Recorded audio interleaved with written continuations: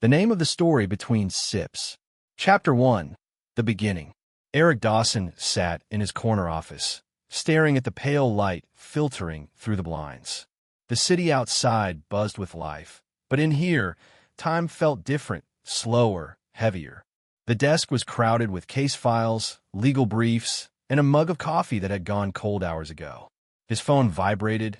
Another email, another deadline, another request phrased as if it were an emergency. He leaned back in his chair, closing his eyes for a moment. Just breathe, he told himself, though lately even breathing felt like work. He had been in law for 10 years, and somewhere along the way, the victories had stopped feeling like victories. Every case was just another transaction. Every win another step deeper into exhaustion. When his watch told him it was already past 9:30, he decided to step outside. He didn't need coffee. He'd already had too much, but something in him wanted to leave the office, even for just 15 minutes. The coffee shop was small, tucked between a bookstore and a florist, with warm light spilling onto the sidewalk. He had passed by it a dozen times without going in. Inside, it smelled of cinnamon and freshly ground beans. Behind the counter stood a young woman with hair the color of autumn leaves, tied in a loose braid. She wore an apron dusted with a faint trace of cocoa powder. There was a quickness to her movements, but her eyes, warm brown, slowed whenever she looked at a customer, as if she was actually seeing them. "Morning," she said with a smile. "What can I get you?" "Just a black coffee," Eric replied, his voice low, almost gravelly from a morning of silence. She nodded, and a few minutes later slid a paper cup toward him. But before he could take a sip, he noticed something written in black marker along the side. Some mornings need more than coffee. The handwriting was small, careful, as though the words themselves were an offering. Eric read it twice, then once more. It was nothing profound, just a sentence, but it landed somewhere deep in his chest. He didn't look up right away. When he did, the barista was already serving the next customer. Eric carried the cup back to his office, though he didn't drink from it right away. He set it on his desk beside the stack of contracts, the black lettering catching his eye again and again. Some mornings need more than coffee. He tried to shake it off. After all, it was just something a cafe might print on merchandise. Maybe it wasn't even personal, but the words refused to fade from his mind. He opened his inbox, answering messages with practiced efficiency, but between each reply, his gaze drifted to the cup. He caught himself wondering who had written it. The handwriting didn't look like something mass-produced. It felt human. Around noon, his assistant poked her head into his office. "The Blake file is ready for review." "Thanks," Eric said, forcing his attention back to work. But even as he read the dry, impersonal language of the legal document, he felt the faint echo of the morning's words, like a gentle chord still vibrating after the music stops. The next day, he found himself outside the same cafe again. He told himself it was just convenient, close to the office, on the way from the subway. But when he stepped inside, the warm scent of cinnamon seemed to loosen something in his chest. She was there again, the barista with the autumn hair. "Black coffee?" she asked, smiling as if she remembered him. "Yes," he said. "Thanks." A few minutes later, the cup was in his hand. Again, there were words scrawled in black ink. Even the heaviest days pass.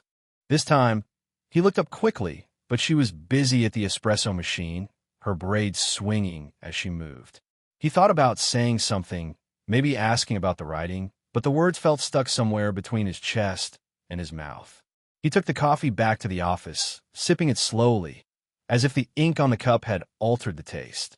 By the third visit, he stopped pretending it was coincidence. It was Friday, and the week had been relentless. 2 late nights at the office, one client threatening to sue another, a pile of unread messages that seemed to multiply when he wasn't looking. He needed a moment of quiet, and the cafe had become that moment. "Morning," she said as he approached the counter. "Morning," he replied. She tilted her head slightly, studying him in that unhurried way she had. "Black coffee again?" He hesitated. "What would you recommend?" Her smile widened, just enough to be noticeable. "Do you trust me?" He blinked at the question, surprised by how easily it unsettled him. "Sure." She made him something with a richer aroma, topped with a thin swirl of foam. And when he took the cup, There it was again, inked words along the side. You're doing better than you think. Something in his chest tightened, then loosened all at once. He didn't know how she could possibly know, but the sentence felt aimed directly at him. Over the next 2 weeks, the café became part of his mornings.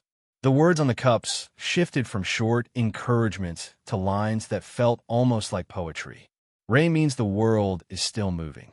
Even tired eyes can see the sunrise. Each time, he read them more than once.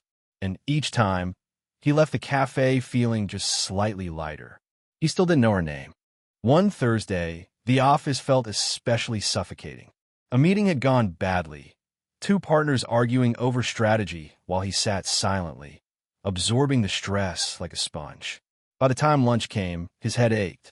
He walked into the café, and she was there, arranging pastries in the display case. She looked up, and her expression softened instantly. "Rough day?" she asked. Eric gave a faint laugh. "Is it that obvious?" "Only a little," she said, her tone light, but not teasing. When he picked up his coffee, the words on the cup read, "Sometimes, all you need is a pause." He lingered by the counter this time. "Do you write these for everyone?"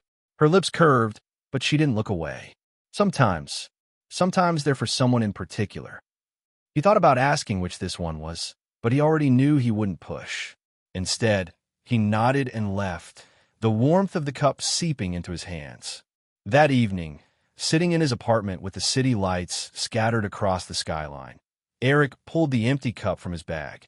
He sat on the table, turning it so the words faced him.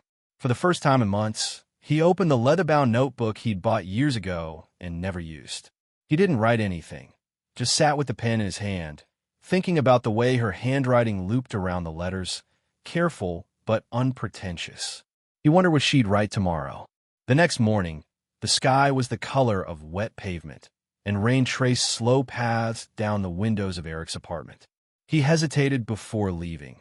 Part of him considered skipping the café, heading straight to the office, but something about the thought of not going left him uneasy, as if he'd be missing more than just coffee. When he stepped inside, the place was quieter than usual. The rain had driven most customers to take their coffee to go.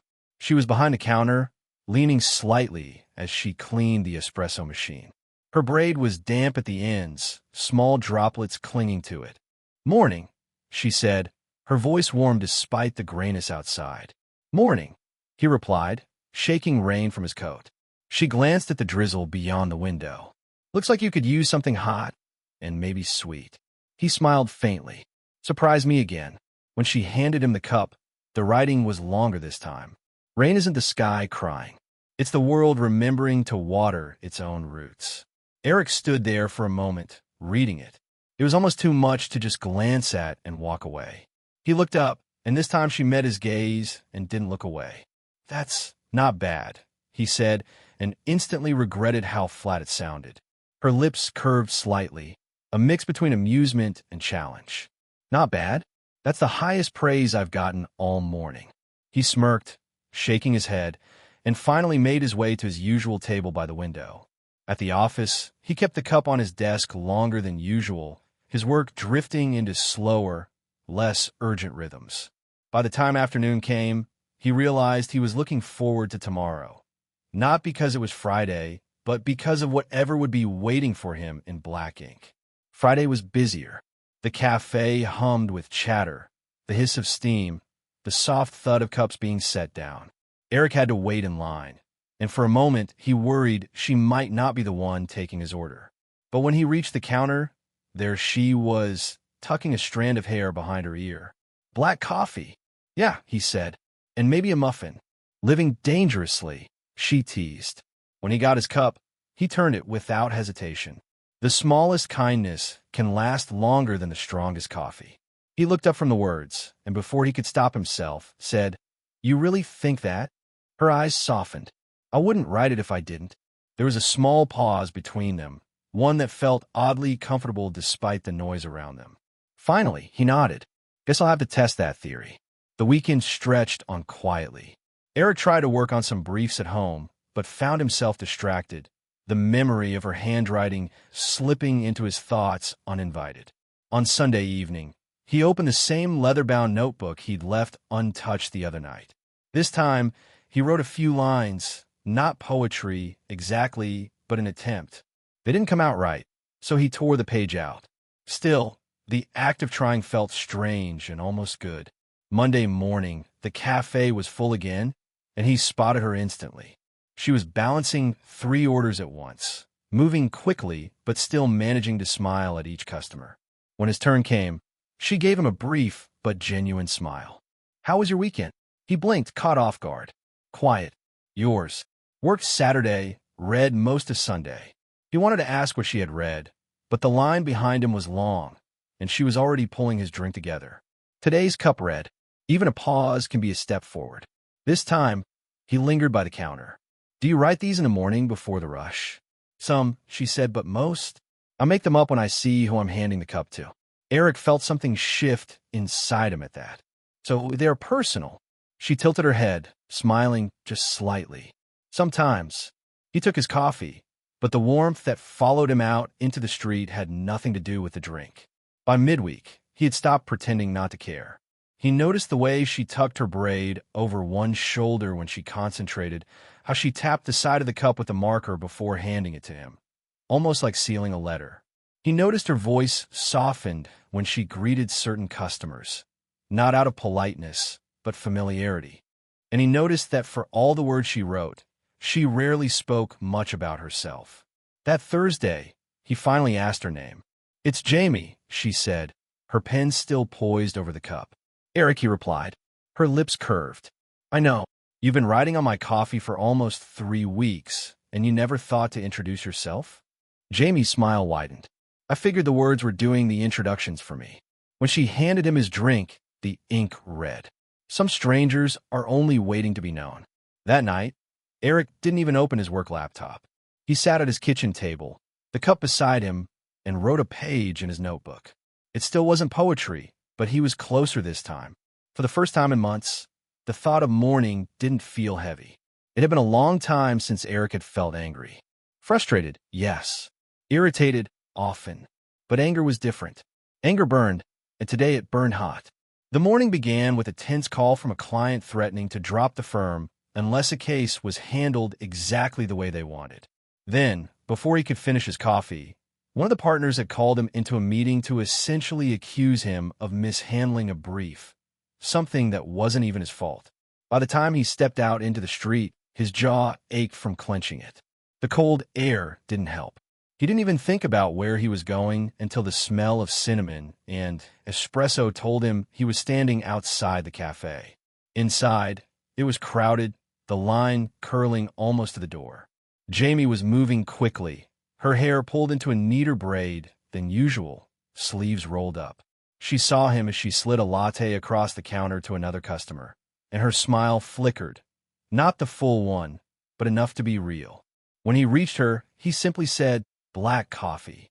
She glanced at him longer than usual, her eyes narrowing slightly, as if reading something in the set of his shoulders. She didn't ask questions, didn't push. Instead, she worked quietly, pouring the dark coffee and capping it. When she handed it to him, the ink on the side read, "This day will not own you." For a moment, Eric didn't move. He read it twice, then again, the words seeming to anchor themselves in his chest. He looked up, wanted to say something, "Thank you," maybe, or "How did you know?" But Jamie was already calling the next order. He took the coffee back to the office, but it didn't sit on his desk like the others. He kept it in his hands, letting the heat seep into his palms. Every so often, he'd turn it, catching the words again. Somehow they worked. Not like magic, not like flipping a switch, but enough to keep the anger from consuming the rest of his day. That evening, long after the office had emptied, Eric sat in his chair, the city outside glittering through the blinds. The cup sat in front of him, its contents long gone. He thought about throwing it away. Instead, he rinsed it out and set it carefully on the bookshelf.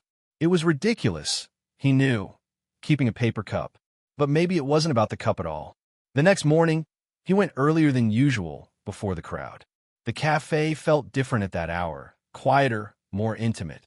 The hum of the espresso machine was the loudest sound, punctuated by the faint scrape of a chair on the wooden floor. Jamie looked up from restocking the pastry case.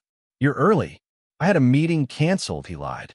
The truth was, he just wanted to be there without the rush. She poured his coffee without asking, but when she handed it over, there was no writing. Eric blinked at the blank space.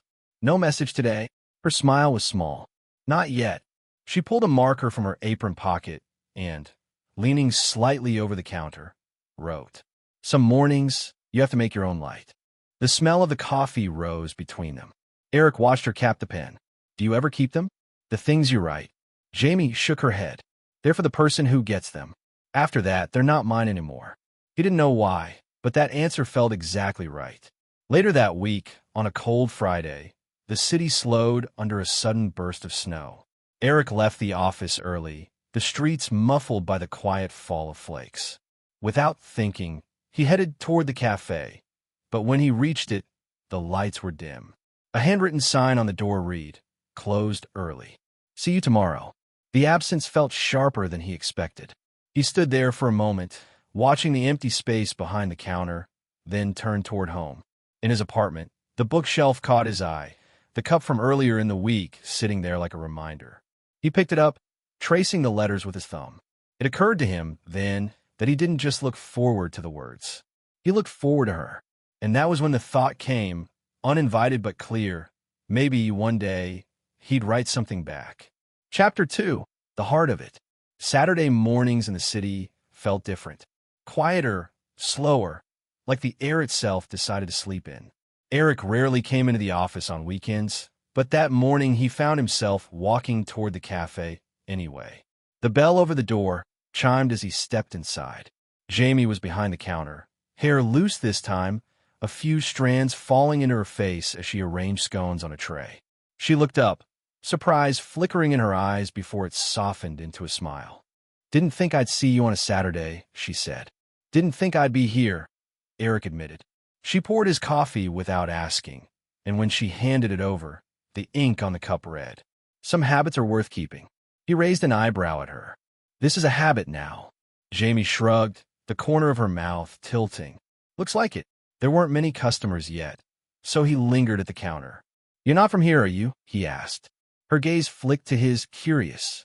"What makes you say that?" "You don't have the usual New York edge," he said, then hesitated. "I mean that as a compliment." Jamie laughed softly. "I moved here 5 years ago. Grew up in Vermont." "That explains the poetry," he said. "That explains the coffee, too. Winters are long up there. You learn to make it strong." The easy rhythm of the exchange surprised him. For weeks, their conversations had been short, almost incidental. Now, standing there in the quiet morning, it felt like neither of them was in a hurry to leave. A customer walked in, breaking the moment, and Eric stepped aside. He took a seat by the window, sipping his coffee slowly. Jamie worked with practiced efficiency, but every so often, he caught her glancing his way. He stayed longer than usual, until the cafe began to fill. When he finally left, the words on the cup stayed with him. Not just the ones in ink, but the ones they hadn't said out loud. The following week was brutal at work. Late nights bled into early mornings, and by Thursday, Eric felt the kind of exhaustion that sat in his bones. But he still found himself at the cafe each day, sometimes just long enough to exchange a smile with Jamie before rushing to the office. On Friday morning, he walked in to find her already looking at him, as if she'd been expecting him. "Black coffee, please." She handed him the cup, the ink looping in gentle curves. Even the longest weekends. He huffed a quiet laugh. "You're not wrong." Her eyes crinkled in response. "You looked like you needed reminding." That evening, for the first time in weeks, he left work on time. He stopped by the bookstore next to the cafe, browsing aimlessly. In the poetry section, his fingers trailed along spines until they stopped on a slim volume of modern verse. He bought it without thinking. At home, he read half of it in one sitting. Some poems he didn't understand, others hit like a quiet punch to the chest. He wondered if Jamie had read them. He wondered what she would think of the ones he liked best. Saturday morning, the cafe was busier, but Eric still managed to find a seat near the counter. Jamie moved quickly, her braids swinging as she worked, but when she handed him his coffee, The words on the cup made him pause. Some connections are worth the risk. He looked up at her, but she was already turning to the next customer. That night, he opened his notebook again. He tried to write, not legal arguments, not lists, just words. They came slowly, unevenly, but he didn't tear the page out this time. By the time he went to bed, the thought was there again, stronger now. Maybe soon he'd give one of these lines back to her. The week that followed felt lighter somehow, though Eric couldn't have said why. Work was still demanding, emails still endless, but each morning he found himself walking to the cafe with a quiet anticipation. It was Tuesday when the idea finally settled in his mind. He had been thinking about it for days, the possibility of writing something back, even just a few words. Not a poem, not yet, just an echo of hers. When he arrived, the morning rush had passed. Jamie was wiping down the counter, her hair tied back, sleeves rolled to her elbows. "Morning," she said, and her voice carried that soft warmth he had come to expect. "Morning," he replied. "Black coffee, please." She moved to the espresso machine, and he reached in his coat pocket, fingers brushing the folded scrap of paper he had tucked there before leaving home. When she slid the cup toward him, the ink read. Some days are better shared. He felt the corner of his mouth lift. "That's a good one. Glad you think so." He took his coffee, hesitated, then placed the folded paper on the counter. "For you," he said, and before she could respond, he added, "It's nothing big." Jamie looked curious, but didn't open it right away. "Should I read it later?" "Up to you." He found a seat near the back, pretending to check his phone, but watching from the corner of his eye as she finished making drinks for a couple of new customers. Only then did she unfold the paper. Her eyes scanned the short line he had written. The right words can change the weight of a day. She looked up, searching for him, and when their gazes met, she smiled, small, almost private, but unmistakably genuine. From that day on, their exchanges deepened. Sometimes it was her words first, sometimes his. They didn't speak about it directly, as if acknowledging it out loud might break the spell. "One morning," she wrote. "Some mornings taste like hope." The next, he replied on his own cup sleeve. "And some hopes are worth waking early for." Jamie read it with a quiet laugh that seemed to stay with her all day. By the third week, Eric noticed details he hadn't before. The way she leaned against the counter when the cafe was quiet. The faint freckle on her right cheek. The way her handwriting changed when she was in a hurry. Less loops, more quick lines. And Jamie, in turn, seemed to notice him in ways she hadn't before either. She asked about his work, not just polite small talk, but real questions. She remembered which books he was reading. Once, when he mentioned skipping lunch for a meeting, she slid a muffin across the counter without charging him. It was a Thursday afternoon when he stopped by unexpectedly. He was between meetings, the office only 2 blocks away, and he needed a breath of something that wasn't recycled office air. The cafe was quiet, sunlight spilling across the floor. Jamie was restocking beans, humming under her breath. "You're not usually here this time of day," she said, glancing up. "Neither are you humming," he countered, and she gave him a look somewhere between amused and caught. He ordered a coffee to go, and when she handed it over, the ink on the cup made him pause. Some moments deserve to be noticed. He held her gaze for a beat longer than usual before stepping outside. That night, Eric opened the poetry book again. The words there felt different now, less like something distant to admire, more like something that could be lived. He thought of Jamie, of the way her presence seemed to shift the texture of his days. Maybe, he thought, this was what it felt like to start again. Spend time together outside the coffee shop, and their communication becomes more frank. Friday evening arrived with a drizzle that left the sidewalk slick and shining under the street lamps. Eric had been buried in contracts all day, but his mind kept drifting to the cafe. He told himself it was just habit now, his feet automatically turning down that street, but he knew better. The bell above the cafe door chimed as he stepped inside. The place was nearly empty, the soft hum of indie music filling the air. Jamie stood behind the counter, hair slightly damp from the rain, her sweater sleeves pushed up. "Late coffee run?" she asked, tilting her head. "Or maybe I just wanted to see if your handwriting looks different at night," he said before thinking. Her eyebrows lifted in amusement. Bold. She made his coffee without rushing, steam curling between them like unspoken words. When she handed it over, he noticed there was no writing this time, just a blank, warm cup in his hands.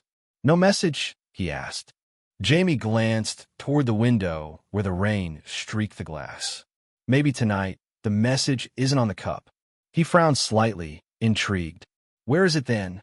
She smiled. "You'll see." As he turned to leave, she called after him, "Wait, my shift's over in 5 minutes. If you don't mind walking in the rain." Something in his chest lifted, and he found himself saying, "I don't mind at all." They stepped out together into the drizzle. The city felt softer at night, lights smudged by rain, the air smelling faintly of coffee and wet pavement. "Do you always close the cafe?" he asked. "Most nights, yeah. It's peaceful. Give me time to think." "What about?" She glanced sideways at him. "Lately? About how a stranger started answering my coffee cup poems." They walked without hurry, their shoulders brushing now and then. He told her about his work, not the sanitized version he gave at parties, but the real truth, the pressure, the exhaustion, the way some days felt like running uphill with weights. Jamie listened without interruption, only nodding when he faltered. "You must be good at it, though," she said. "I'm competent. Whether that's the same as good, I don't know." "Competent people don't usually get quoted back poetry on cup sleeves," she teased. They reached a small park, the rain easing to a mist. They sat on a bench, the damp wood cool beneath them. Eric glanced at her, noticing how the streetlight caught in her hair.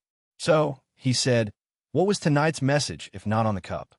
Jamie pulled something from her pocket, a small folded napkin. She handed it to him. He unfolded it to find her handwriting. Sometimes the conversation is the message.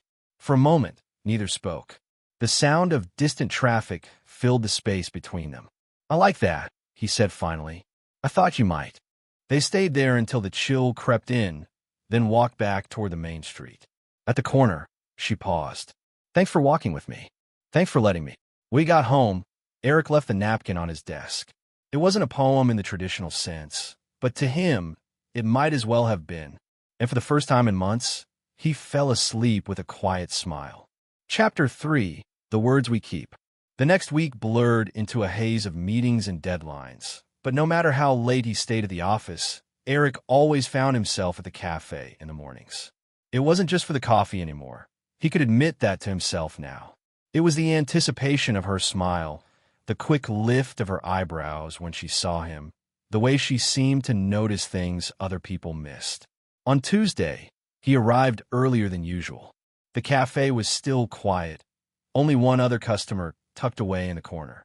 Jamie was leaning against the counter, reading from a worn notebook. "You're here before the rush," she said as he approached. "Maybe I wanted a head start," he replied. "On caffeine? On whatever message you've got for me today." Her grin was small but warm. She turned, picked up a cup, and wrote without hesitation. When she slid it toward him, he read, "Not all poems rhyme. Some just arrive." He held the cup a moment longer than necessary. "Are you talking about yourself?" "Maybe," she said, eyes flicking up to meet his. "Or maybe I'm talking about you." He took his coffee to a table instead of leaving. For 20 minutes, he sat there pretending to check his phone, but really he was watching her work, how she greeted regulars by name, how she remembered exactly how one man liked his cappuccino less foam, more cinnamon, how she made space for small kindnesses in the middle of the morning rush. And it hit him, sudden and sharp. He'd been moving through his own life without noticing much of anything at all. Until her. That evening, back at his apartment, Eric opened his laptop to work on a brief and instead opened a blank document. He started typing. The words didn't come easily at first, but slowly a shape formed. A short poem, clumsy and unpolished, but true. It wasn't for the world. It was for her. The next morning, he wrote it neatly on a sheet of paper, folded it twice, and slid it into his jacket pocket. He told himself he might not actually give it to her. But when he walked into the cafe, saw her turn with that half-surprised, half-pleased look, he knew he would. "Morning," she said, pulling a fresh cup. "I've got something for you," he blurted, surprising even himself. Her eyebrows rose. "Oh." He pulled out the folded paper and slid it across the counter. She didn't open it right away.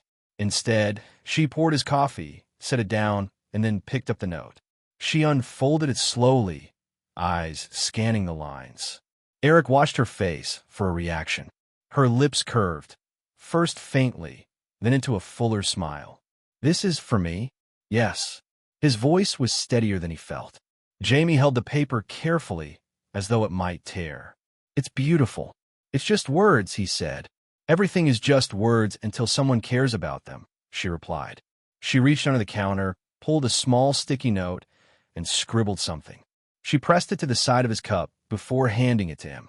It read, "Your turn again tomorrow." For the rest of the day, his mind kept returning to that exchange.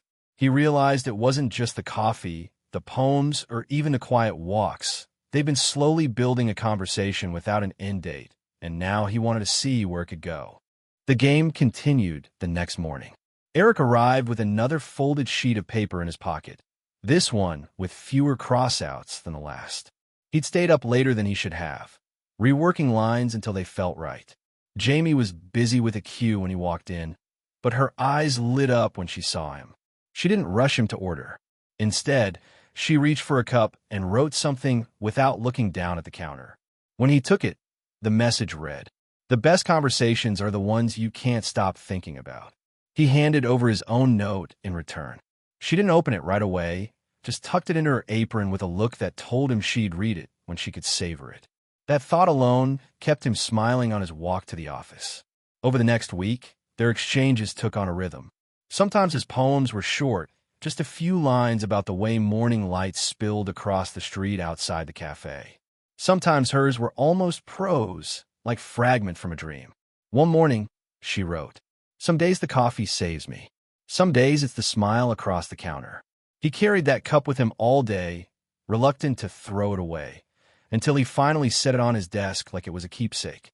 Eric found himself noticing more than just her words.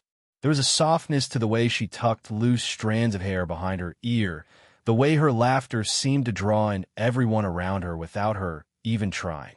He wanted to ask her questions about the poems, about her life, but every time he started to, the cafe would fill with customers and the moment would pass. One Friday morning, he decided to be bold. He arrived just after opening, before anyone else. "Big plans today?"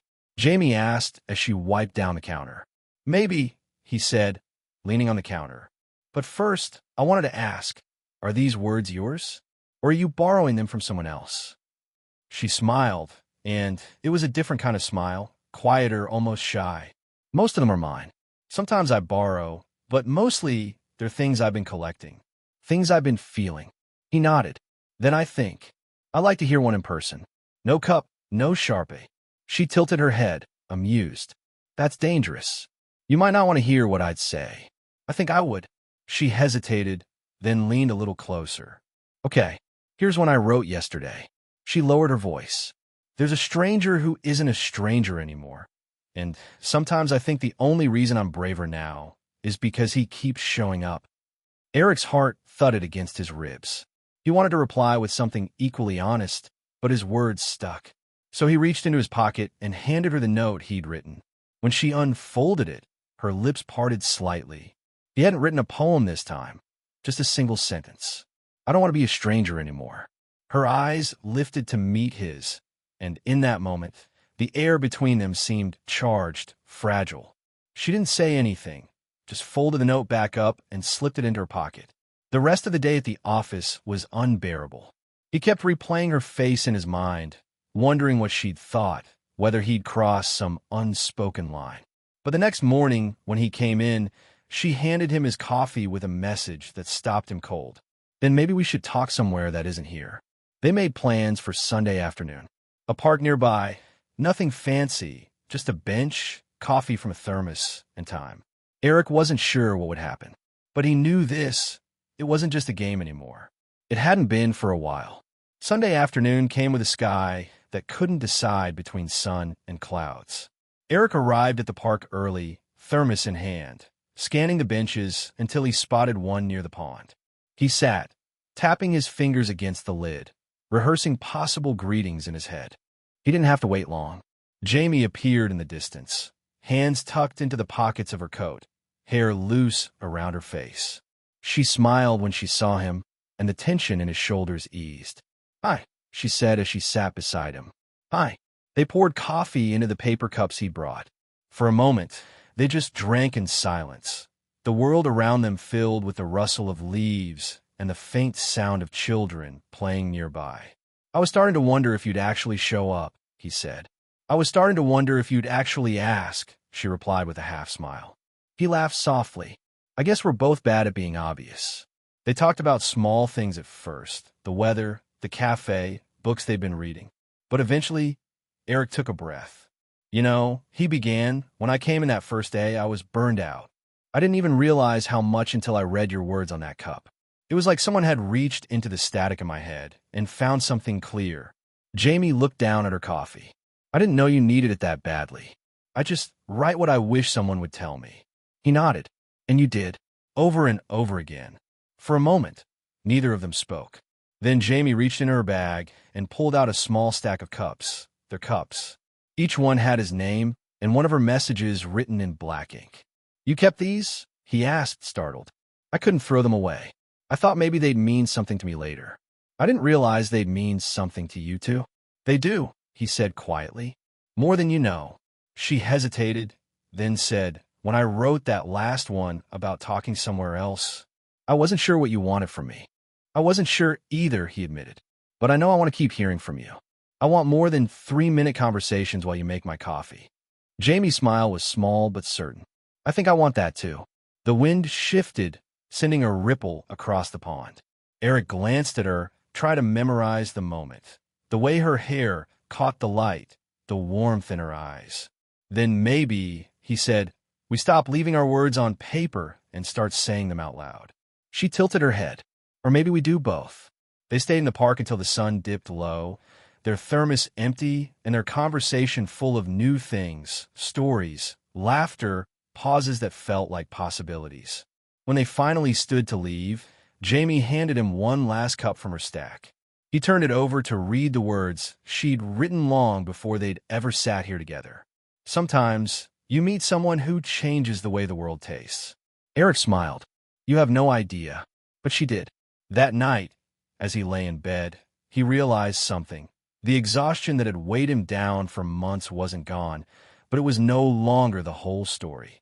There was something else now, something warm and steady, like a cup held between both hands. And in the quiet, he thought about the fact that tomorrow morning he'd see her again. Not just a barista, not just a stranger, someone who had become part of the words he'd keep. End of story. Thank you all for listening, and I hope you enjoyed it.